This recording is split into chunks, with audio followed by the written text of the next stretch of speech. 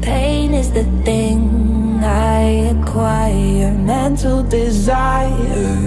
Can someone make it end?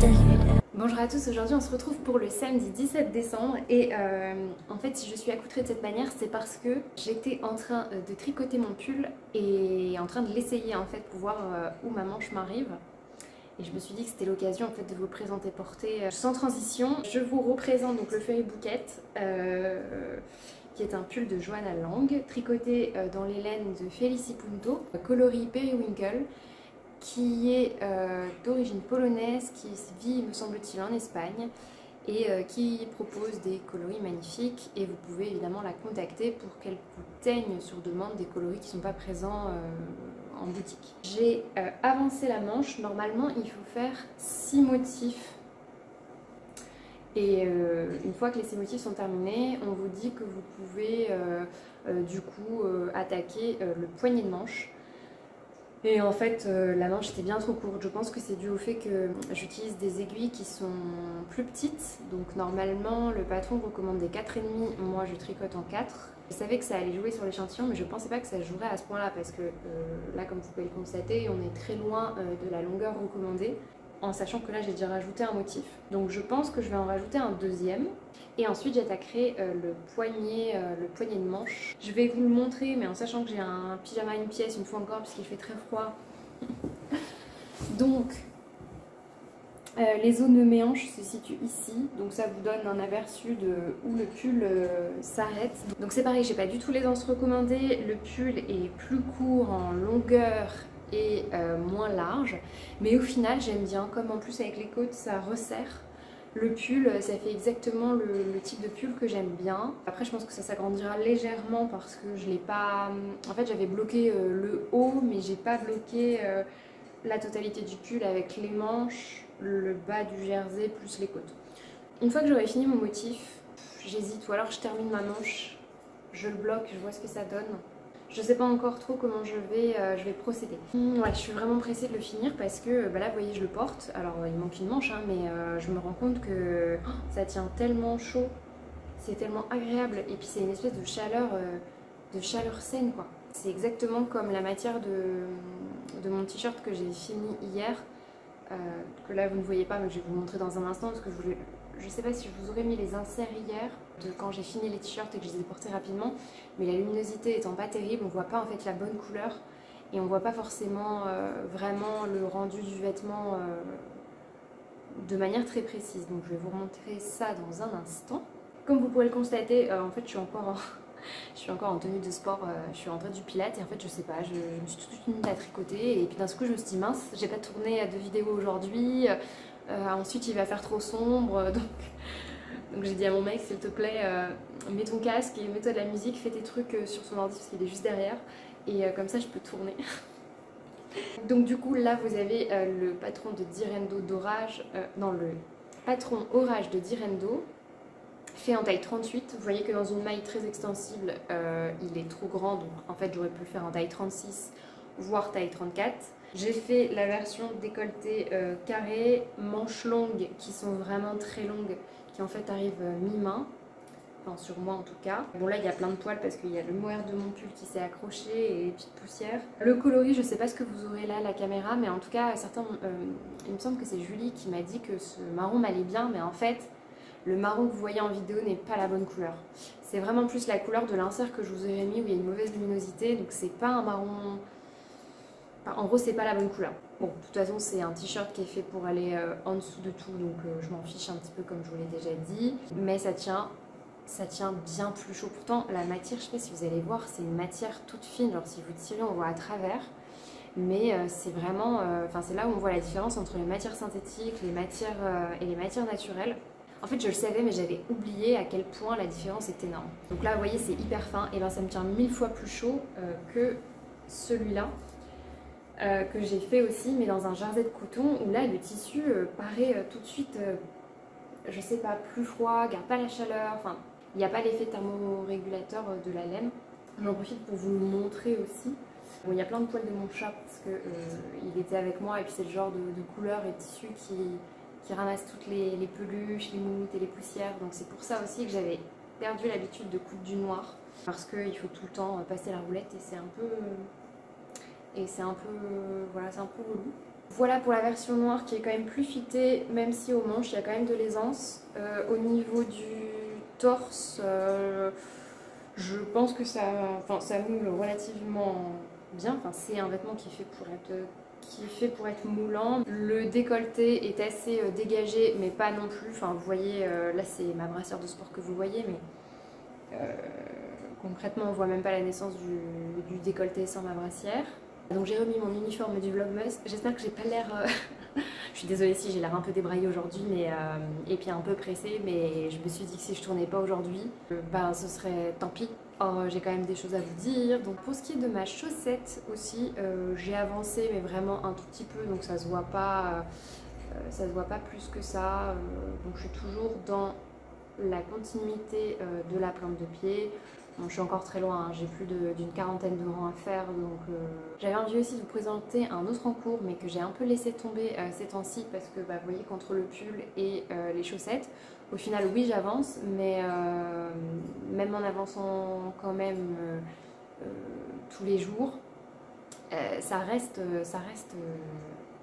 assez long. Alors je ne sais plus si vous vous rappelez de cette laine que je vous avais présentée dans une vidéo en février de l'année dernière, je crois. C'était une laine que j'avais achetée quand on était allé avec mon mec à Amsterdam, au magasin de Stéphane et Pénélope. Revendait une marque qui s'appelle, je vais essayer peut-être de vous la montrer, qui s'appelle Dusty Dimples.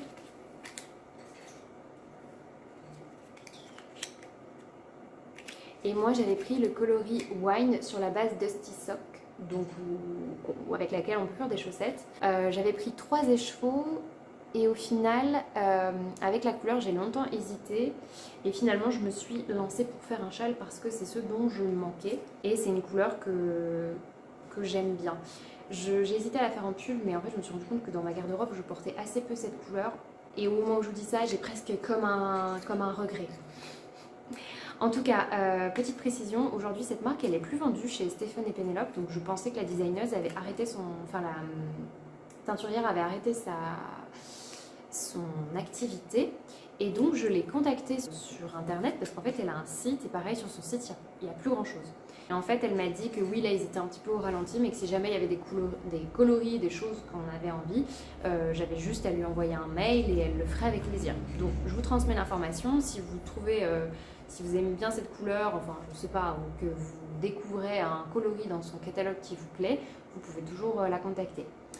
La seule question c'est que il me semble qu'elle est anglaise à la base, et donc aujourd'hui entre le Brexit, les frais de douane et compagnie, plus les frais de port, j'ai aucune idée du prix de ces coûts-là. Et donc du coup avec cette laine, j'avais réfléchi à un châle que je pourrais faire. Moi ce que j'aime comme châle, ce sont les châles triangulaires. C'est vraiment les châles que je préfère, en tout cas visuellement. Et j'avais pas non plus envie d'un châle qui mette 3 plombes. Ce qui suppose que dans le patron, je voulais peu de rangs envers. Donc en fait tous les châles qui sont en jersey,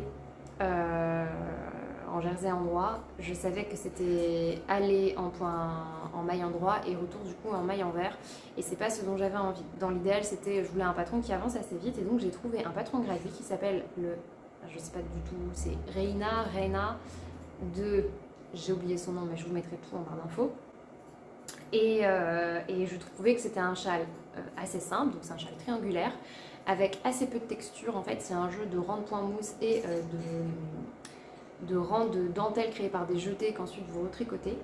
Et j'avais vu une version dans une laine variée, donc une version magnifique. Alors je ne sais plus si c'est la même personne, mais dans la page Ravelry c'était indiqué que de temps en temps, au lieu de faire point mousse dentelle, elle avait fait point mousse dentelle, point de riz, dentelle, point mousse. En fait elle alternait la partie point mousse de temps en temps pour faire un point texturé. Et j'ai trouvé que c'était une excellente idée, donc évidemment j'ai copié. Je n'ai pas terminé mon rang, donc je ne sais pas ce que ça va donner. Je pense que vous n'allez pas voir grand chose, donc il faudra que je vous le remontre. Mais voici en tout cas pour les effets de texture, je ne sais pas si vous voyez bien. Là on commence avec du point mousse, ensuite vous avez de la dentelle, ensuite moi j'ai fait comme la personne qui avait tricoté son châle de cette manière avec du point de riz et ensuite on continue, dentelle, point mousse, etc. Donc là je me suis arrêtée dans le rang des jetés et le rendu de la laine est très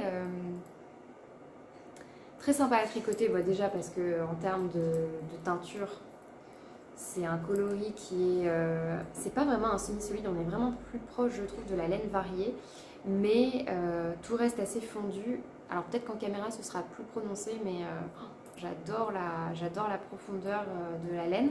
Mais c'est une laine un peu plus sèche que ce dont j'ai l'habitude de tricoter. Alors moi ça me dérange pas, mais c'est vrai que c'est intéressant de tricoter différentes bases et parce que les teinturières ne se fournissent pas forcément du coup aux mêmes endroits. En tout cas, selon les pays, ça peut différer, et donc c'est intéressant de s'en rendre compte. Donc ça, c'est un projet qui pour l'instant est mis un peu en stand-by. J'attends d'avancer mon pull, d'avancer ma chaussette. Ensuite, j'ai encore des projets en cours que je vous montrerai un petit peu plus tard. Ça me permettra ensuite de décider là où je mets ma priorité, parce que je ne sais pas si vous vous rappelez, mais j'ai toujours un... Comment il s'appelle ce fameux pull très connu, le Magnolia Sweater de Camilla Wade. Je suis toujours coincée sur les manches parce que tricoter les manches en aiguille 7, c'est un enfer. C'est un enfer. Alors j'ai essayé les aiguilles double pointe, j'ai essayé le Magic Loop, mais j'aime pas ça. Et donc du coup, je coince complètement sur les manches. Je vous montrerai aussi. La prochaine fois, je vous ferai un petit point en fait sur tous mes encours en vous expliquant à chaque fois la problématique. La dernière chose que j'avais envie de vous montrer aujourd'hui, c'est la laine en fait que j'ai achetée mardi en allant me faire percer les oreilles. Je me suis rendu compte qu'en fait l'île Wesel était pas très loin. Et comme je lorgnais sur de la laine depuis quelques temps, vous savez, pour me faire les chaussettes avec les mini, mais il me manquait la couleur de base. En fait, j'ai pas d'écru, j'ai pas de couleur unie de base pour faire des chaussettes. Donc je suis allée faire un petit tour et j'ai du coup trouvé les 3 laines que je cherchais. Donc j'ai pris la Arwetta en coloris, alors pas Snow White, mais le coloris écru. Donc je crois que sur le site internet c'est Off-White. En tout cas c'est la couleur 101, donc qui est en fait un blanc cassé. C'est un écru quoi. C'est une laine que je trouve... Enfin j'avais été surprise l'année dernière quand je l'avais tricotée pour faire un bonnet. Je suis assez surprise en fait de la douceur de la laine. Elle est beaucoup plus douce que d'autres laines en mélange mérino-nylon. Certaines l'utilisent aussi pour faire des pulls et compagnie, mais du coup moi je l'ai acheté principalement pour servir de base à des chaussettes sur lesquelles on peut faire des motifs en jacquard et autres. J'en ai profité aussi pour acheter la couleur 363 qui correspond, si je ne dis pas de bêtises, au coloris caramel. Il n'y avait pas la couleur marzipan, donc j'ai pas pu la voir. En tout cas, ces 2 couleurs, ça ferait des super caribou socks. Donc peut-être que finalement, je ne vais pas utiliser mes mini, mais je vais me tricoter des chaussettes avec ces laines-là, tout est possible. Et je suis tombée aussi sur une laine qui à un moment était en rupture de stock, que j'avais vue dans une vidéo. Alors je sais plus si c'est... See You Later, mais il y avait une paire de chaussettes qui avait été faite dans le coloris Downtown. Je vous dis n'importe quoi, c'est pas le coloris Downtown. C'est le Baker's Corner, donc coloris 413 de la collection Downtown de Repius. Qui est en fait une laine auto-rayante, un peu dans des couleurs pastel passées. C'est pas d'habitude le genre de couleur vers lequel je me dirige, mais en fait pour des chaussettes, quand j'avais vu ce que ça donnait, j'ai été complètement conquise. D'ailleurs depuis quelques temps, moi j'ai jamais testé la laine auto-rayante du bruit des aiguilles, et régulièrement il y a des personnes qui montrent leurs chaussettes faites dans ces laines, et à chaque fois je me dis waouh, cette laine est magnifique, et je pense qu'un jour je tenterai. Après je sais que c'est de la laine qui vaut un peu plus cher, elle est aux alentours de 30 €. Mais les gens ont l'air vraiment hyper ravis, puis le travail de teinture est assez incroyable. Donc ça, c'est ce que j'avais trouvé. Donc typiquement, je pourrais très bien associer ces 2 laines-là, me faire la chaussette avec les rayures et utiliser ça en contrastant aussi. Donc du coup, c'est vrai que ça, c'est un bon basique à avoir pour faire des chaussettes, je pense. Et j'ai retrouvé, enfin, je n'ai pas retrouvé, je savais qu'elle était là. Mais en fait, j'ai découvert une association entre 2 laines où je pourrais aussi faire un fond et du jacquard, mais dans une laine variée. J'ai déjà vu ça sur Ravelry. Parfois, il y a des projets où le jacquard est fait dans une laine qui a un dégradé de couleur et donc le dégradé progresse sur le motif de jacquard. Je trouve ça plutôt joli. Je vais vous montrer les couleurs, je ne sais pas trop ce que vous en pensez. Alors celle-là je vous l'avais jamais montrée, c'est la collection Metropolis, mais c'est aussi une base à chaussettes, hein. Donc il y a 25% de nylon dans un espèce de gris foncé chiné. Et ça je ne sais pas si vous vous rappelez, j'avais mis ça dans un vlog créatif l'année dernière. C'était chez les Petites Potions qui a arrêté ou va arrêter son activité et c'était le coloris Dorse Oral. Je pense que ça se prononce pas comme ça, mais je ne sais toujours pas comment on est censé le présenter, enfin le prononcer. Et c'était un club, donc il y avait une photo et la couleur était censée s'inspirer de la photo. Et au début, moi, quand je l'avais reçu, j'avais été pas mal déçue parce que je trouvais que ça correspondait pas du tout à la photo qu'on avait. Parfois, je pense que c'est aussi dû au fait qu'il y a un écart, alors pas toujours, mais parfois il y a un écart entre les chevaux, le cake et le rendu tricoté. C'est vrai que cette couleur-là, je suis curieuse de voir ce qu'elle va rendre une fois tricotée. En tout cas, je me suis dit que ça et ça ensemble, ça pouvait aller ensemble. Comme je n'y connais rien en jacquard et que ça n'est que supposition, peut-être que je tenterai, et si c'est un fail, je détricoterai. C'est ça qui est bien avec la laine, contrairement à la couture, c'est que quand vous avez un fail, vous pouvez facilement détricoter, enfin à part si c'est du mohair, des trucs comme ça, mais on peut détricoter et recommencer. Hein. Par exemple, mon Magnolia Sweater, c'est fait avec de la laine d'un projet que j'ai complètement détricoté et je m'en suis servi du coup pour le refaire. Je vais peut-être vous montrer aussi les mini du calendrier de l'Avent, je ne sais plus trop où je m'étais arrêtée. Donc je vais vous les présenter, je vais vous présenter en fait celui d'hier et d'aujourd'hui et je vous mettrai le reste en photo. Je pense que j'ai pas mal de jours de retard parce que du coup je vous ai rien présenté depuis le 12. Donc le 12 on a reçu... Ah mais si, celui-là je vous l'ai présenté non avec celui-là.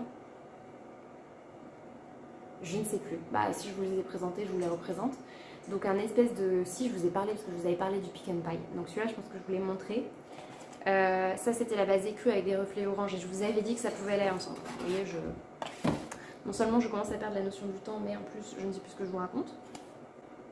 Le 14 c'était une couleur toujours avec du orangé, mais j'ai beaucoup de mal à définir cette couleur là. Une fois encore, je ne sais pas trop ce que vous verrez. Si je ne mets pas de commentaires dans la barre d'infos, c'est que vous avez globalement les bonnes couleurs. Le 15, on commençait à avoir toujours cette base écrue, rosée, pêche. Voilà, pêche, c'est un peu pêche, avec des speckles de différentes couleurs qu'on va retrouver dans les coloris des jours suivants. Ça, c'est vraiment les coloris que j'aime beaucoup. C'est un travail que j'aime beaucoup chez The Woolly Skein. Elle arrive vraiment à faire toujours ces mélanges de couleurs qui font très doux, très fins. Ça fait vraiment des associations sur des pulls, etc. qui sont très sympas. Les coloris suivants en fait sont un peu dans la même veine et je pense que d'ailleurs ils iraient très bien. Là on était plus sur du pêche rosé marron avec toujours les mêmes types de speckles. Je l'aime vraiment beaucoup celui-là. Ça ferait un super pull, mais après ces coloris là parfois sont trop proches de la couleur de ma peau et donc je sais pas si ça irait totalement. Et alors le dernier qui me fait penser à de la rhubarbe, je pense que ça se rapproche d'un coloris qu'elle a en stock, je sais plus si c'est harlequin ou quelque chose comme ça. Mais alors celui-là est magnifique. Donc ouais, moi je l'aurais appelé rhubarbe. Mais il est trop beau. Et si je vous les mets comme ça, j'espère que ça rend quelque chose. Du coup ça ferait soit un fade, enfin en tout cas ces 4 mini qu'on pourrait vraiment utiliser ensemble je pense. En ce moment j'hésite vraiment parce que du coup j'ai envie de... Enfin vous savez je vous avais parlé des basiques que j'aimerais me faire. Et je pense que... S'il y a des coloris qui sont reproductibles, enfin là en fait je suis en train de me tâter parmi tous ces coloris à en choisir un et à demander à Angélique du coup de The Woolly Skein si elle pourrait pas me tendre ça sur une base pour un pull, donc notamment soit le Stockholm Sweater ou le Oslo Sweater, je confonds toujours, mais les pulls de petite knit là, les basiques, elle en a 3, il y a aussi le No Frills, donc ces pulls vraiment passe-partout et j'hésite, j'aimerais bien me faire un pull comme ça en mérino mohair avec l'un de ses coloris parce que j'aime vraiment beaucoup son travail de teinture. Dernier point pour le calendrier de l'Avent parce que vous n'avez peut-être pas une vue d'ensemble et je peux difficilement sortir les mini parce que comme il n'y a pas d'étiquette, je préfère me souvenir à quel jour ils sont associés justement pour pouvoir envoyer un petit message à Angélique si jamais il y a un coloris que j'aime particulièrement et que je veux lui demander si elle peut me le reteindre. On avait eu une carte d'inspiration. C'est vrai que le calendrier, alors c'est son premier, n'est pas spécialement fidèle au calendrier, enfin à la photo qu'on a eue. Alors je ne sais plus si c'était une photo d'inspiration, si c'était présenté comme tel. Et je vous avoue que j'ai oublié le titre du calendrier de l'Avent. Mais en fait, moi je trouve que le calendrier de l'Avent d'Angélique, c'est plus en fait j'allais dire un microcosme, un petit aperçu en fait de son univers, que ce soit dans les types de coloris qu'elle a l'habitude de teindre, son travail sur les semi-solides, les laines variées, les laines à speckles. Donc moi je suis pas du tout déçue parce qu'au final, à chaque fois ces coloris, peu importe où ils m'emmènent, je les aime beaucoup. Parce que ça correspond en fait à l'univers, enfin son univers, et c'est son univers c'est un univers que j'aime particulièrement. Mais gardez-le en tête. Alors je ne sais pas si les années suivantes elle va en refaire un et si elle restera sur cette lignée-là. Mais par exemple Tricot Stitch, je sais qu'elle fait un travail sur les couleurs à partir de l'image qu'elle propose et qu'il y a vraiment un travail là-dessus. Ça veut dire qu'elle pense la totalité des mini pour qu'ils aillent ensemble. Notamment cette année, je trouve que le travail est encore plus pointu. Allez voir notamment d'Emaille et moi qui montre en fait un projet de châle qu'elle fait au fur et à mesure avec ses mini. Alors c'est pas le châle de Tricot Stitch, enfin, c'est pas le modèle que Tricot Stitch propose. Alors ce qui est intéressant c'est que du coup les mini ne rendent pas du tout pareil sur le projet de Christelle de d'Emaille et moi et sur le patron de Tricot Stitch. Allez voir sur Instagram, vous verrez la différence. Mais voilà, Tricot Stitch c'est vraiment plus le travail à partir du mood board et souvent ces mood boards enfin les coloris qu'elle propose sont très proches du mood board qu'elle présente comme mood board d'inspiration. Donc après c'est à vous de voir ce que vous recherchez dans un calendrier de l'Avent. Ce que je ne voulais pas c'était des mini très variés dans des couleurs pop et tout, c'est pas du tout enfin, quelque chose que j'aime particulièrement. Je suis plutôt dans les coloris de The Woolly Skein ou de Tricot Stitch. Au final, n'hésitez pas en fait à aller regarder au fur et à mesure dans les Vlogmas les mini ou alors sur Instagram. Donc je sais que d'Emaille et moi présente le calendrier de Tricot Stitch et d'Arco Iris Yarn qui était sur le thème de Ghibli. Donc moi pas du tout l'univers que enfin c'était pas du tout les coloris et le travail, enfin j'adore Arco Iris Yarn, mais là pour le coup ce travail spécifique qu'elle a fait avec les coloris Ghibli c'est pas du tout mon délire. Certaines d'entre vous m'ont parlé aussi du calendrier, alors je sais plus si c'est Artemis Yarn ou Vulcan Yarns, je sais plus exactement, mais n'hésitez pas si vous avez un calendrier de l'Avent que vous postez régulièrement les mini, enfin partagez le lien, comme ça permet de se rendre compte un peu des différents univers proposés par les teinturières. Et je pense que j'ai fait le tour. J'ai eu le sentiment vraiment d'être un peu trop dans l'expéditif aujourd'hui. J'espère que ça vous dérangera pas trop. Demain, ça va être un peu compliqué de tourner parce que normalement on va sur Paris pour faire un petit tour, finir un peu les achats de Noël. Donc je ne sais pas vraiment vers quelle heure je vais revenir et vers quelle heure je vais pouvoir prendre le téléphone pour tourner un épisode. Enfin un mini vlog. Enfin, il est possible qu'il n'y ait pas d'épisode exceptionnellement demain. Parce que c'est vrai que j'ai du mal un peu à revenir juste pour le principe de revenir si j'ai rien du tout à dire. Bon, écoutez, on verra bien. Je vous souhaite un excellent week-end et je vous dis à demain ou en tout cas à lundi pour une prochaine vidéo.